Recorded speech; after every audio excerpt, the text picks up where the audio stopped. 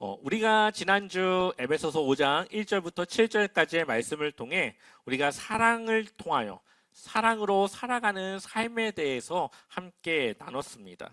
그래서 하나님을 본받는 삶은 결국 예수님처럼 사랑하며 살아가는 삶이라는 것을 나눴죠. 근데 오늘 말씀은 어떻게 그 사랑으로 이 세상을 살아갈 것인지, 어떻게 그것을 이 세상에 드러내야 될지, 그것을 조금 더 구체적으로 말하고 있습니다. 지난 시간에 그 흐름에 함께 이어서 조금 더 구체적인 분명한 삶을 우리에게 말해주고 있는 것이죠. 오늘 8절 말씀을 보면 바울은 우리에게 이렇게 말하고 있죠. 우리 8절 말씀 한번 읽어보겠습니다. 너희가 전에는 어둠이더니 이제는 주 안에서 빛이라, 빛의 자녀들처럼 행하라. 아멘. 오늘 이 빛의 자녀들처럼 행하라라는 말은 단지 착하게 살아라라고 하는 말이 아닙니다. 우리가 지난 시간에 나눴던 것처럼 우리의 삶의 규칙이 바뀐, 이전과 달라진 그러한 삶의 방식을 따라 살아가야 된다는 것을 말하고 있는 것이죠. 우리의 상태가 완전히 뒤바뀌어진 그 모습을 우리에게 말해주고 있습니다. 8절을 다시 한번 보면 너희가 전에는 어디에 있었다고요? 어둠 가운데, 어둠이었다라고 말하고 있죠. 어둠 가운데 있는 게 아니라 그냥 어둠이었습니다. 그런데 이제는 우리가 빛이 되었습니다. 우리의 존재가 바뀌었다라는 것이고, 우리의 삶의 소속과 우리의 삶의 모든 것이 이전과는 전혀 다른 그러한 모습으로 바뀌어졌음을 우리에게 말하고 있습니다. 여기서 어둠이었다라고 하는 말은 단지 죄가 있는 상태를 말하는 것이 아니라 하나님이 없는 삶을 말합니다. 그러니까 하나님을 믿지 않고 하나님을 따르지 않는 사람들은 모두 어둠에 있는 삶이라는 것이죠. 우리는 그러한 존재였고 그러한 삶을 살아갔는데 이제는 빛의 자녀가, 그리고 빛이 되었습니다. 오늘 이 말씀을 잘 보면은 어둠이었지만 이제 너희는 빛이다. 그러니까 빛의 자녀처럼 살아가라 라고 말하고 있죠. 우리에게 자격을 먼저 주고 있습니다. 먼저 우리는 빛이 되었고 그에 걸맞는 삶을 살아가야 됨을 말하고 있습니다. 우리의 구원이 이미 주어졌고 구원받은 자와 같은 삶으로 살아가는 것처럼 이미 우리는 빛이 되었고 우리는 빛이 된 그러한 모습에 합당한 삶으로 살아가야 된다는 거죠.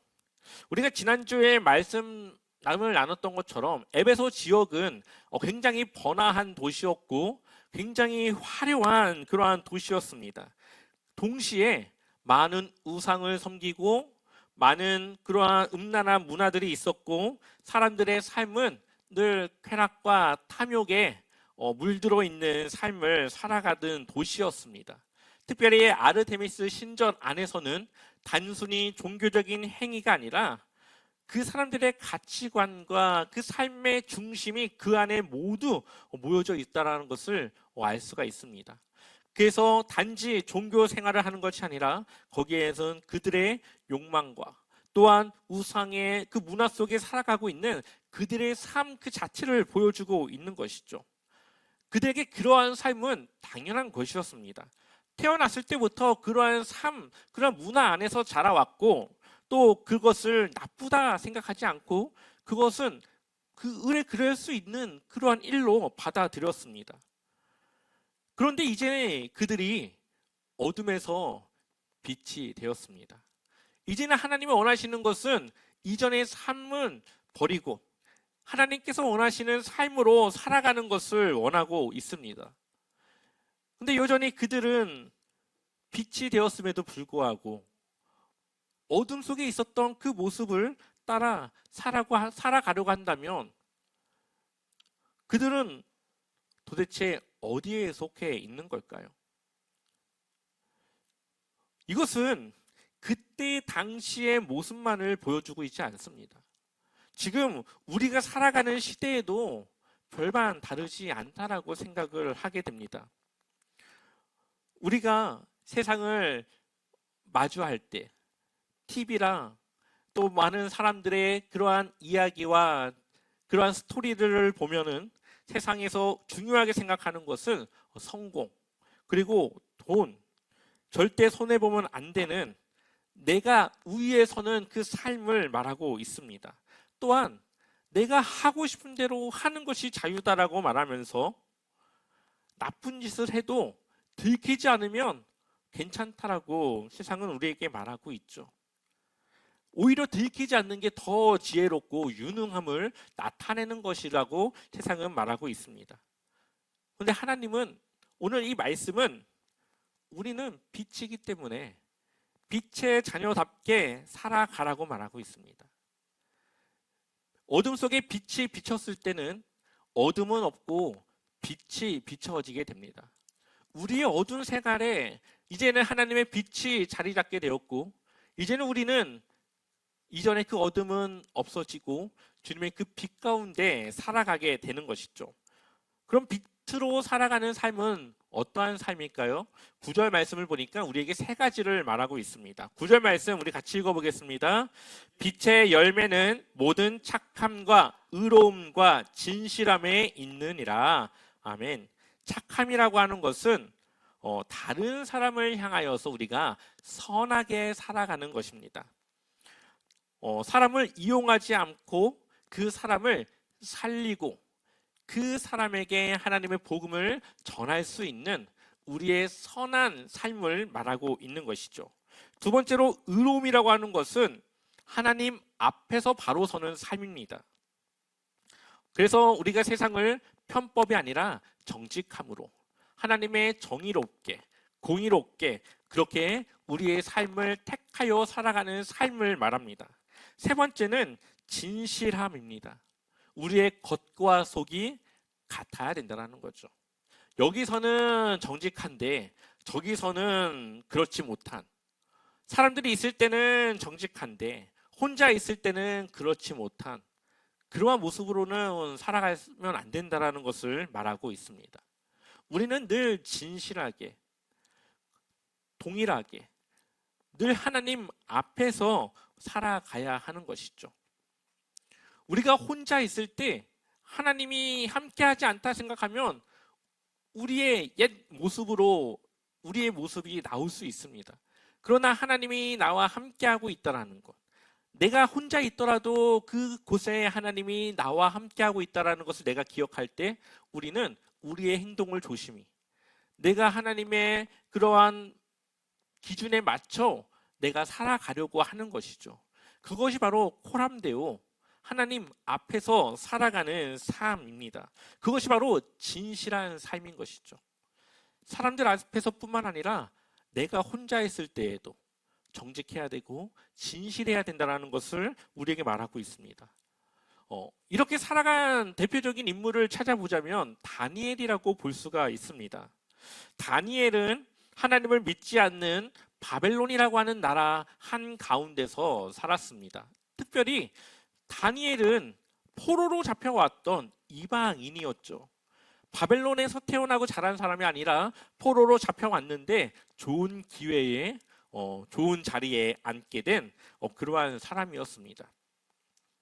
또한 바벨론은 대표적인 이 악한 세상을 보여주는 그러한 나라입니다.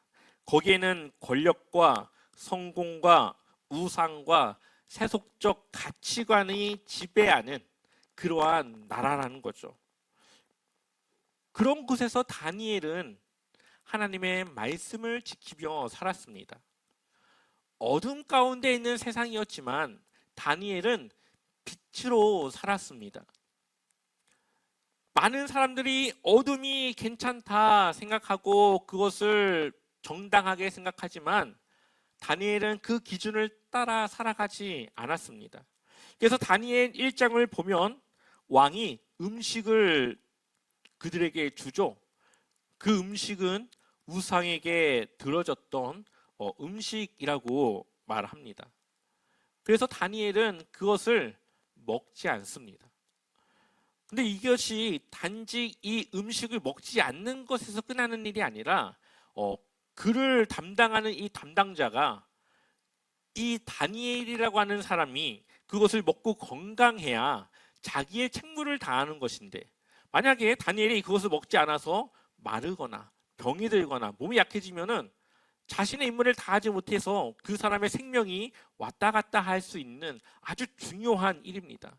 이것은 선택의 문제가 아니라 왕이 준 음식이었기 때문에 반드시 그것을 먹어야 되는 것이죠. 그런데 다니엘은 그것을 거부합니다. 왜 그랬을까요? 우리 한번 같이 다니엘서 1장 8절 말씀을 같이 읽어보겠습니다. 다니엘은 뜻을 정하여 왕의 음식과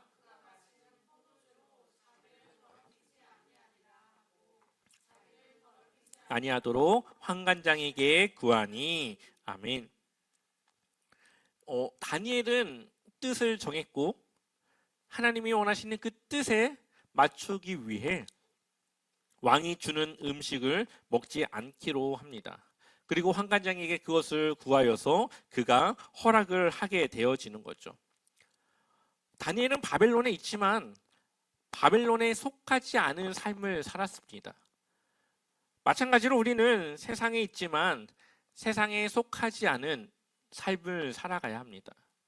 우리는 세상에 살아가고 있지만 우리의 소속은 하나님 나라에 있다는 것을 기억하여서 우리의 삶의 기준과 우리의 삶의 방향은 하나님 나라에 맞는 삶을 살아가야 된다는 거죠. 그래서 세상의 방식이 아니라 하나님이 우리에게 원하시는 방식을 따라 살아가는 겁니다. 그것이 바로 우리가 빛의 자녀로 살아가는 삶입니다. 그렇다면 우리는 어떻게 빛의 자녀로 이 세상을 빛으로 살아갈 수 있을까요? 우리가 이 세상을 바벨론과 아주 비슷한 그러한 세상이라고 생각한다면, 그렇다면 우리는 어떻게 다니엘처럼 우리는 살아가야 할까요? 앞서 나누었던 것처럼 정직함을 가지고 살아가야 합니다. 이 세상은 누군가를 속여서 내 이익을 취하는 것이 유능한 것이고 실력이고 그것이 지혜라고 말합니다. 어떻게든 남의 눈을 속여서 내 이익을 극대화하는 것이 사람들은 그것이 유능함이라고 말을 하죠. 그러나 우리가 하나님 나라에 속한 우리는 속이지 않고 정직함으로 살아가야 된다는 겁니다. 직장에서 혹은 사업을 하면서 또한 거래처와의 그러한 관계 속에서 조금만 상대를 속이거나 아니면 나쁜 것은 좀 빼고 좋은 것만 극대화시켜서 막 설명해가지고 그것을 상대방으로 하여금 계약을 하거나 사게 한다면 장사를 잘 하는 것이죠. 그러나 그것은 하나님이 우리에게 원하시는 빛으로서의 모습은 아닙니다. 이 빛이라고 하는 것은 거창한 그러한 무언가보다도 우리의 일상에서 정직함으로 상대방을 향한 그러한 정의로움을 가지고 살아가는 것을 빛이라고 말하고 있기 때문이죠. 또한 우리의 말도 이 세상을 비추는 빛이 될 수 있습니다. 이 시대에 많은 사람들이 많은 거친 세상을 살아가고 있습니다. 그래서 별거 아닌데도 거친 말이 오고 가는 경우들이 많이 있죠. 회사에서는 뒷담화, 상대방에 대한 비꼼, 그러한 상대방을 또 정죄하고 공격적인 그러한 말들이 난무하는 시대를 우리는 살아가고 있습니다. 그런데 빛으로 살아가는 사람들은 사람을 무너뜨리는 말이 아니라 사람을 세우는 말을 해야 된다는 거죠. 말은 보이지 않지만 힘이 있습니다. 말은 영향력을 가지고 있습니다. 그래서 말은 상대방을 살릴 수도 있고 죽일 수도 있습니다. 칼을 의사가 잡으면 사람을 살리는 메스가 되죠. 그런데 강도가 칼을 잡으면 사람을 죽이는 흉기가 됩니다. 말을 어떻게 사용하느냐에 따라서 한 사람의 그 희망 없는 그 삶에 희망을 줄 수도 있고, 혹은 정말로 희망적으로 살아가던 누구 한 사람의 그 삶을 아주 암울하게 만들 수도 있는 것입니다. 우리는 빛의 자녀로서 그러면은 살리는 말을 해야 될까요? 죽이는 말을 해야 될까요? 한 영혼을 살리는 말로 나아가야 할까요? 아니면 누군가를 무너뜨리는 말로 나아가야 할까요? 우리는 늘 한 생명을 살리는 길로 나아가야 되는 것이죠. 예수님께서 하신 모든 사역은 살리는 사역이었습니다. 늘 사람의 그 삶을 변화시키기 위한 예수님은 그러한 삶을 살아갔습니다. 그래서 가늠하다 잡힌 여인을 정죄하지 않고 나도 너를 정죄하지 않는다라며 그 여인이 새로운 삶을 살아갈 수 있도록 예수님이 하시지 않습니까? 우리의 행동과 우리의 삶은 우리가 빛으로 살아가는 것은 바로 그러한 어둠 가운데 있는 누군가에게 그 빛을 발하는 삶이라는 거죠. 또한 우리가 혼자 있을 때 우리는 거룩함의 빛을 비춰야 합니다. 이것은 굉장히 우리에게 중요한 것이죠. 누군가 나를 보고 있을 때는 우리가 누구나 거룩하게 정직하게 살아갈 수 있습니다. 그런데 혼자 있을 때 아무도 없는 그 공간에서 혹은 나를 모르는 그러한 낯선 곳에서 우리의 행동과 우리의 모습은 정말 우리의 신앙을 보여주는 아주 적나라한 그러한 모습이라는 것을 우리에게 보여주고 있죠. 우리가 핸드폰을 볼 때, 인터넷을 할 때, 또 아무도 보지 않는 그 순간에 하나님 앞에서 나의 모습이 어떠한지를 우리는 다시 한번 돌아보고 그것이 나의 거룩함의 그러한 모습이라는 것을 기억해야 합니다. 그래서 사람들의 눈이 아니라 우리는 늘 하나님 앞에서 하나님의 그 눈과 시선을 의식하며 살아가야 되는 것이죠. 그것이 바로 우리의 빛된 삶의 가장 중요한 부분입니다. 그것이 될 때, 나 혼자 있을 때 하나님 앞에서 나의 거룩함을 지킬 때, 그럴 때 우리는 어디에서든 우리의 삶을 거룩함으로 정직함으로 그렇게 빛으로 살아갈 수 있게 되는 것입니다. 그래서 바울은 11절에서 이렇게 우리에게 말합니다. 우리 한번 11절 말씀 같이 읽어보겠습니다. 너희는 열매 없는 어둠의 일에 참여하지 말고 도리어 책망하라. 아멘. 열매 없는 어둠의 일에 참여하지 말고, 이것은 죄를 짓지 마, 이 정도가 아니라 그냥 그 어둠의 방식에는 그냥 동조하지도 말고 참여하지도 말고 바라보지도 말고 그것을 마음에 두지도 말라. 그것을 아예 그냥 단절하고 살아가라 라고 하는 아주 적극적이고 너무나도 강한 그런 어조로 우리에게 말하고 있는 겁니다. 근데 주변을 둘러보십시오. 세상은 다 그렇게 살아갑니다. 세상은 다 적당한 타협과 적당한 편법과 적당한 이익을 추구하기 위해, 많은 이익이 아니라 적당한 살만한 그런 이익을 추구하기 위해 어느 정도는 타협과 어느 정도는 편법과 그러한 좀 그냥 법에 걸리지 않는 그냥 조금 넘어서는 그러한 정도는 괜찮다라고 말을 하죠. 그런데 우리는, 빛으로 살아가는 우리는 그러한 세상의 말과 기준이 아니라 하나님 앞에서 우리는 어떠해야 되는지를 돌아봐야 하는 겁니다. 세상 사람들은 그러한 우리의 모습에 뭐 그렇게 유난을 떠냐고 깨끗한 척 혼자 다 한다고 얘기하지만, 우리의 기준은, 우리는 하나님 나라에 속한 그런 우리의 삶은 그것이 옳기 때문에 그렇게 살아가는 것이죠. 하나님은 우리를 빛이라고 말합니다. 이제는 어둠이 아니라 빛이라고 말하고 있습니다. 그리고 우리가 이제 빛의 자녀처럼 살아가길 원하십니다. 우리는 여전히 어둠 속에 있지만 하나님은 우리에게 빛이라고 하는 자격을 주셨고 그에 걸맞는 삶을 앞으로 살아갈 수 있도록 우리를 도우시고 계신 것이죠. 그래서 성령이 우리와 함께하는 것이고, 우리가 우리의 힘으로는 할 수 없지만 성령을 통해 우리는 그 일을 능히 행할 수 있습니다. 그러니 우리는 혼자가 아닙니다. 우리는 늘 하나님이 함께하고 있는, 하나님과 동행하고 있는 그러한 빛의 자녀라는 것을 우리는 기억해야 합니다. 오늘 한번 8절 말씀을 다시 한번 읽어볼까요? 8절 말씀 한 번 더 읽어보겠습니다. 너희가 전에는 어둠이더니 이제는 주 안에서 빛이라, 빛의 자녀들처럼 행하라. 아멘. 우리는 어둠이 아닙니다. 우리는 이제 빛입니다. 그러므로 빛의 자녀처럼 빛의 자녀에 맞게 살아가야 합니다.